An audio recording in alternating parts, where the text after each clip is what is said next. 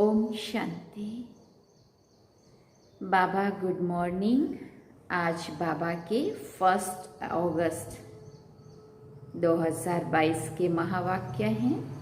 आज तो अगस्त मास शुरू हो रहा है, उसके लिए आप सभी को अगस्त मास में बहुत अच्छे से अच्छा पुरुषार्थ करें, अपनी स्वस्थिति बनाएं और सेवाएं भी अगस्त मास में बहुत सारी होने वाली है। रक्षाबंधन बहुत नज़दीक आ रहा है और साथ में 15 अगस्त है, आज़ादी का अमृत महोत्सव पूरा भारत मना रहा है, तो उसके भी काफ़ी सारी सेवाएं बाहर की भी रहेंगी, लेकिन बाहर के साथ साथ अंदर की भी स्थिति हमारी अच्छे से अच्छी बनी हुई रहे। स्वस्थिति से सभी की सेवा करें, ऐसी हमारी शुभकामना आप सभी के साथ है।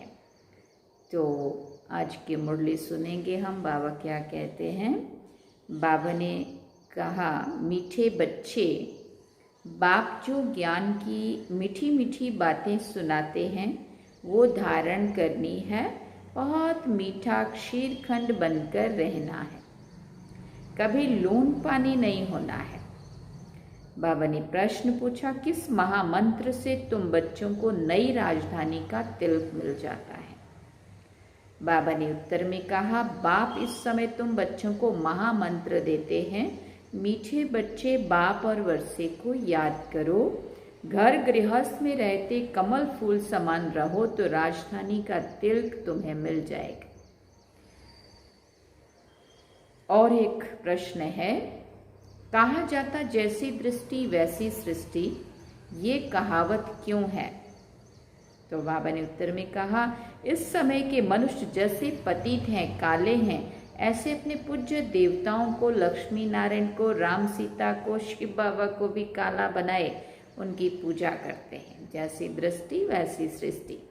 हम खुद आत्माएं पतित बन गई, इसलिए सभी आत्माओं को काले रूप में देख रही है या पूज रही है।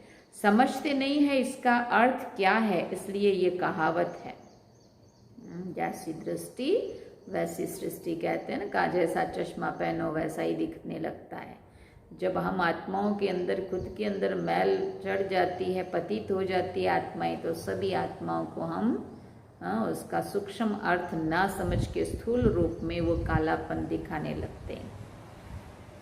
गीत सुनाल मुखड़ा देख ले प्राणी जरा दर्पण में, कितना पाप है कितना पुण्य है तेरे इस जीवन में। ओम शांति। मीठे मीठे सिकिलदे बच्चों ने गीत की लाइन सुनी कि दिल रूपी दर्पण में देखो कि कितना पाप और कितना पुण्य किया है। पाप और पुण्य दिल रूपी दर्पण में विचार किया जाता है ना, ये तो है ही पाप आत्माओं की दुनिया। पुण्य आत्माओं की दुनिया सत्युग को कहा जाता है। यहाँ पुण्य आत्मा कहाँ से आए, सब पाप ही करते रहते हैं, क्योंकि रावण राज्य है। खुद भी कहते हैं, हे पतित पावन आओ, हम जानते हैं कि भारत ही पुण्य आत्माओं का खंड था। कोई पाप नहीं करते थे, शेर बकरी इकट्ठा पानी पीते थे, क्षीरखंड थे। बाप भी कहते हैं, बच्चे क्षीरखंड बनो। क्षीरखंड बनो मना मीठे बनो। पुण्य आत्माओं की दुनिया में तमो प्रधान आत्माएं कहाँ से आए। अभी बाप ने रोशनी दी है। तुम जानते हो कि हम 100 सतो प्रधान देवी देवता थे। उन्हों की महिमा ही है सर्वगुण संपन्न, 16 कला संपूर्ण। हम खुद भी उनकी महिमा करते हैं। मनुष्य कहते हैं, मुझ निर्गुण हारे में कोई गुण नहीं।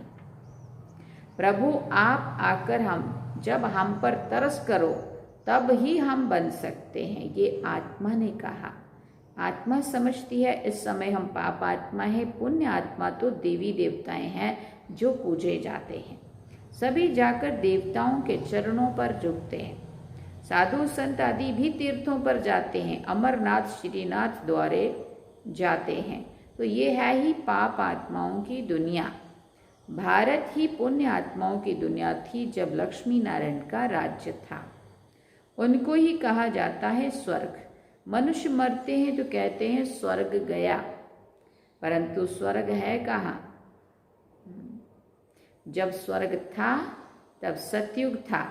मनुष्यों को तो जो आता है सो कह देते हैं, समझते कुछ भी नहीं है। स्वर्ग में गया तो जरूर नरक में था।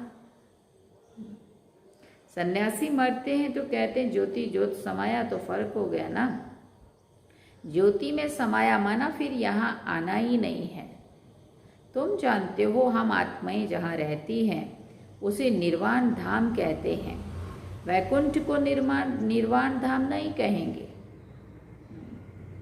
बच्चों को बहुत मीठी मीठी ज्ञान की बातें सुनाते हैं जो बहुत अच्छी रीति धारण करनी चाहिए। तुम जानते हो बाबा आए हैं हमको वैकुंठ का रास्ता बताने, बाप आए हैं राजयोग सिखाने।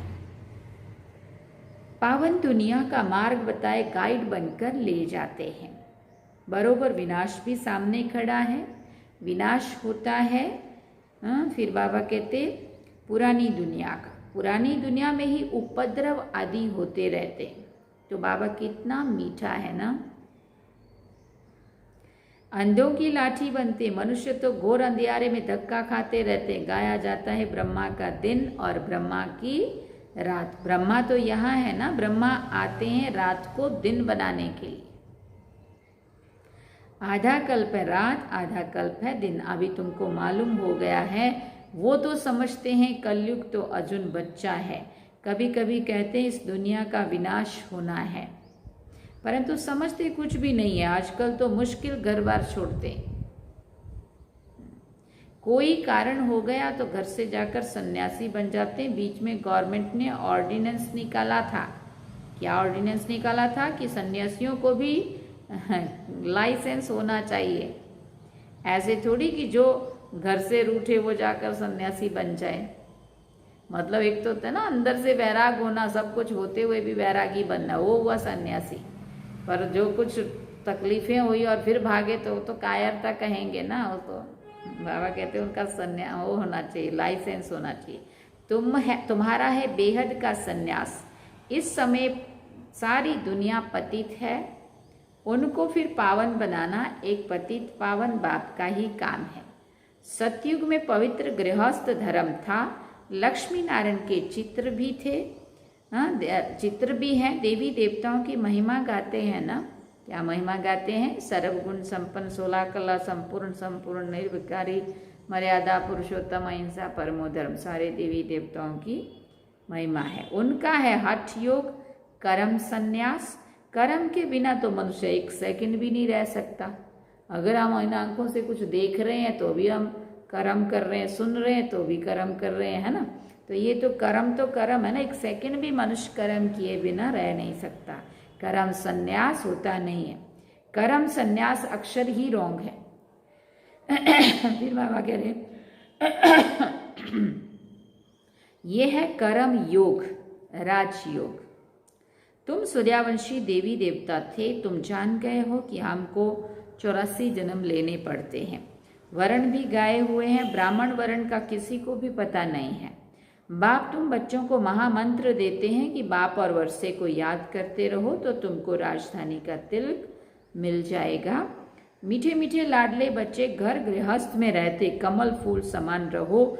जितना प्यार से काम निकल सकता है उतना क्रोध से नहीं। बहुत मीठा बनो। बाप की याद में सदैव मुस्कुराते रहो। देवताओं के चित्र देखो कितने हर्षित रहते हैं, है ना। अभी तुम जानते हो वो तो कौन थे देवताएं, कोई और नहीं लेकिन हमारा ही सतयुगी दिव्य स्वरूप। बाबा कहते अभी तुम जानते हो कि वह हम ही थे। हम सो देवता थे, फिर सो क्षत्रिय वैश्य शूद्र बने। अभी हम संगम पर ब्रह्मा मुख वंशावली बने हैं। अब फिर बाबा कहते ब्रह्मा मुख वंशावली सो ईश्वर वंश।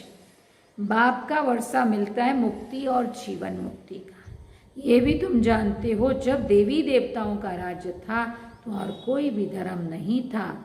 चंद्रवंशी भी नहीं थे। ये तो समझने की बात है ना। हम सो का अर्थ भी उन्होंने आत्मा सो परमात्मा निकाल लिया है।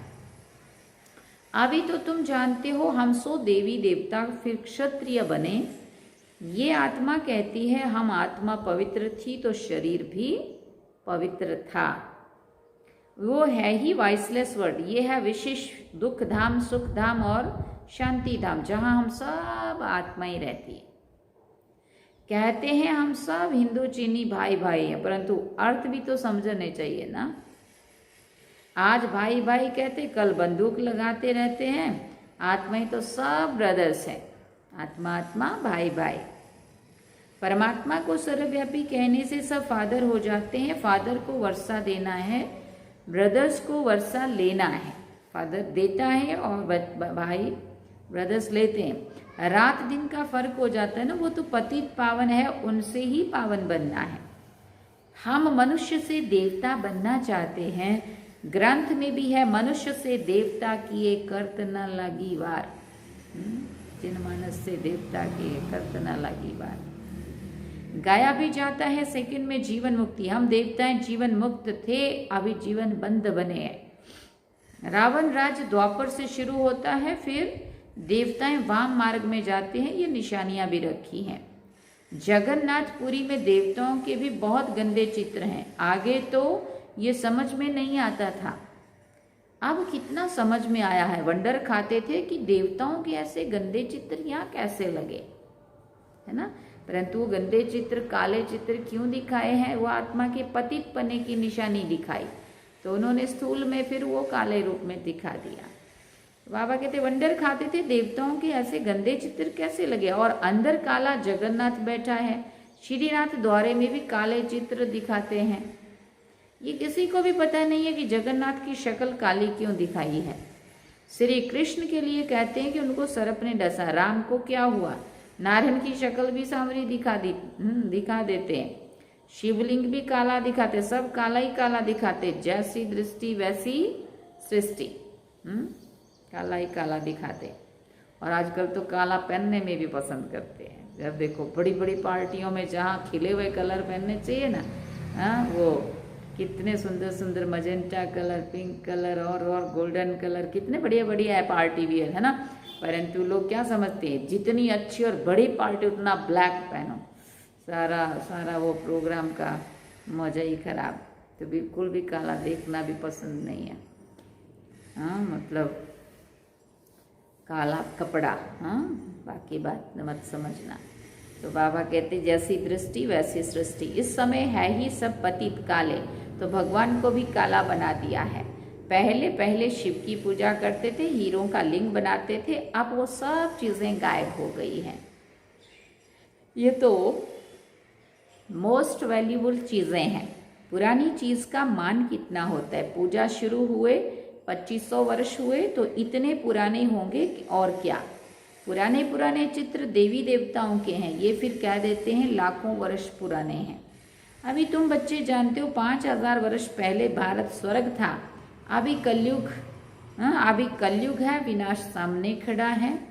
सबको जाना है, बाप ही सबको ले जाते हैं। ब्रह्मा द्वारा तुम ब्राह्मण बने, फिर तुम देवताएं पालना करेंगे।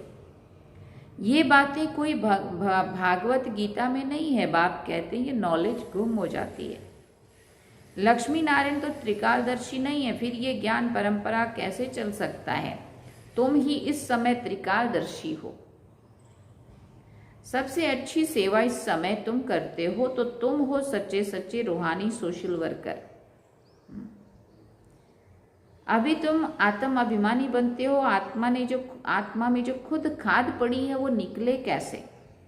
बाप जौहरी है ना, सोना में आयरन की खाद पड़ते पड़ते आत्मा पतित हो गई है, अब पावन कैसे बने।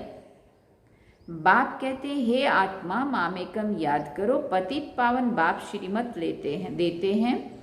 हे भगवान उवाच, हे आत्माएं तुम्हारे में खाद पड़ती हैं। अभी तुम पतित हो। पतित फिर महात्मा थोड़ी हो सकते हैं। ये एक ही उपाय है, मामेकम याद करो।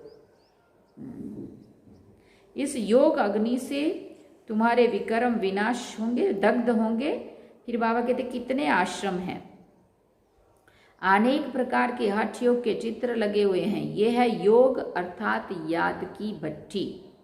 भले गृहस्थ व्यवहार में रहो, भोजन आदि बनाओ, बच्चों की संभाल करो। अच्छा सवेरे तो टाइम है ना, कहा भी जाता है राम सिमर प्रभात मोरे मन।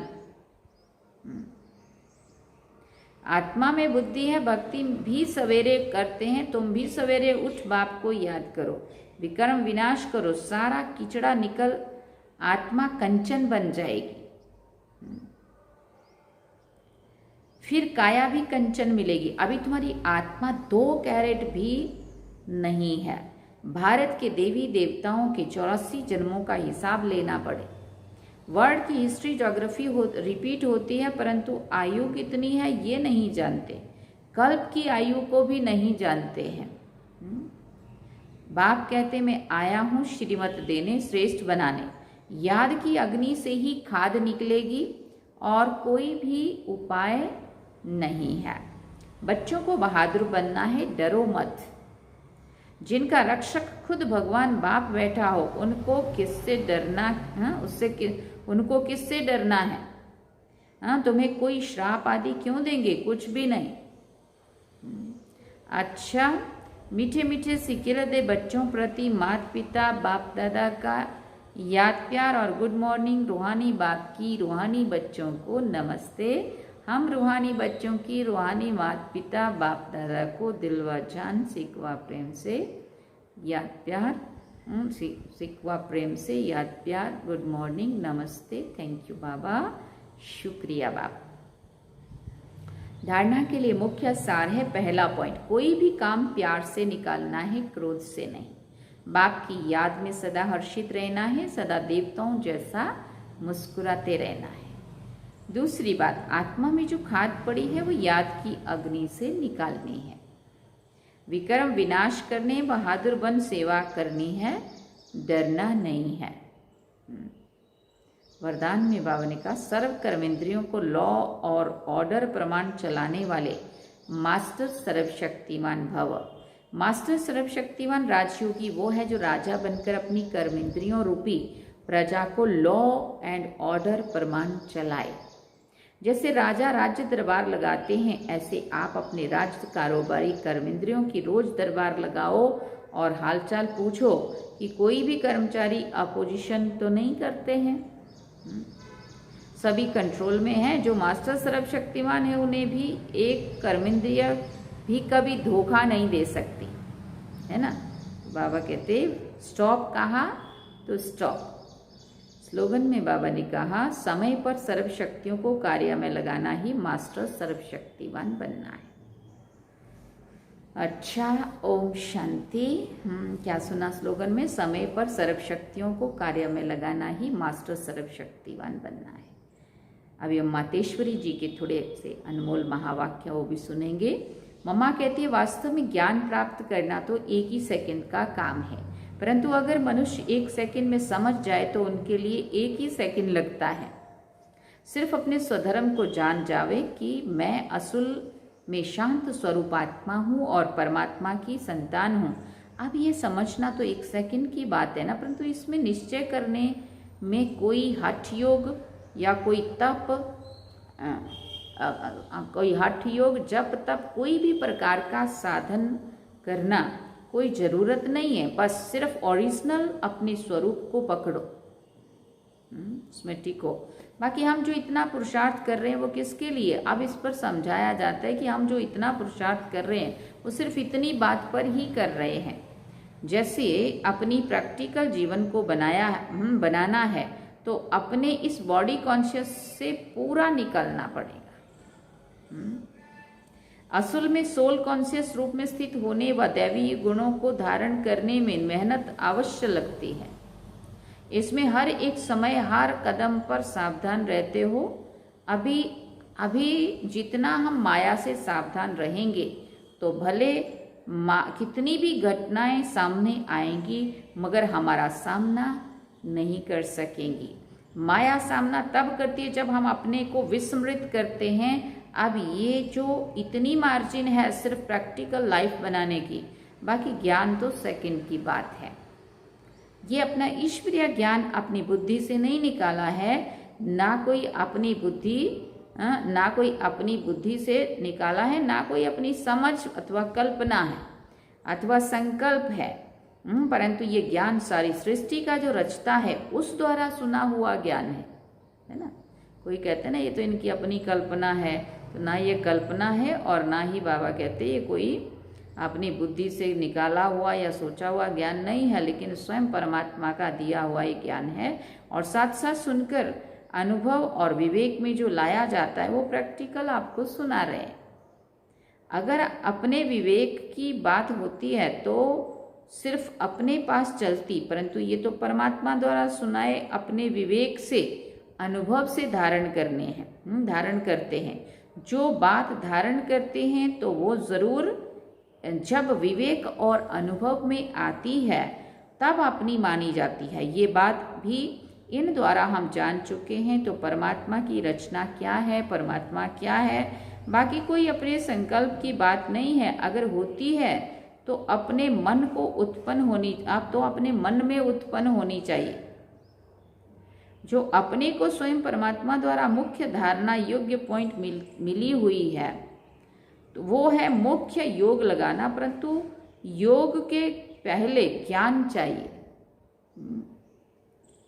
योग करने के लिए पहले ज्ञान क्यों कहते हैं? पहले सोचना समझना और बाद में योग लगाना। हमेशा ऐसे कहा जाता है पहले समझ चाहिए, नहीं तो उल्टा कर्म चलेगा। इसलिए पहले ज्ञान जरूरी है। ज्ञान एक ऊंची स्टेज है जिसको जानने के लिए बुद्धि चाहिए, जिसको जानने के लिए बुद्धि चाहिए, क्योंकि ऊंचे ते ऊंच परमात्मा हमको पढ़ा रहे हैं। अच्छा, ओम शांति। ये थे आज के मम्मा के और बाबा के महावाक्य जो हम सब ने सुने। सार में बाबा ने कहा, मीठे बच्चे, बाप जो ज्ञान की मीठी मीठी बातें सुनाते हैं वो धारण करनी है। बहुत मीठा क्षीरखंड बनकर रहना है, कभी लून पानी नहीं होना है। ये थे आज के बाबा के महावाक्य जो हम सभी ने सुने। अभी हम जो गीत इतना अच्छा बज रहा था, मुखड़ा देख ले प्राणी जरा दर्पण में, कितना पाप है कितना पुण्य है तेरे इस जीवन में, वही गीत थोड़ा सुनेंगे। और आज हम वापिस छोटा उदयपुर पहुंच चुके हैं और आप सभी को छोटा उदयपुर से आज की मुरली आप सुनेंगे। ओके, ओम शांति। बाबा को याद करें।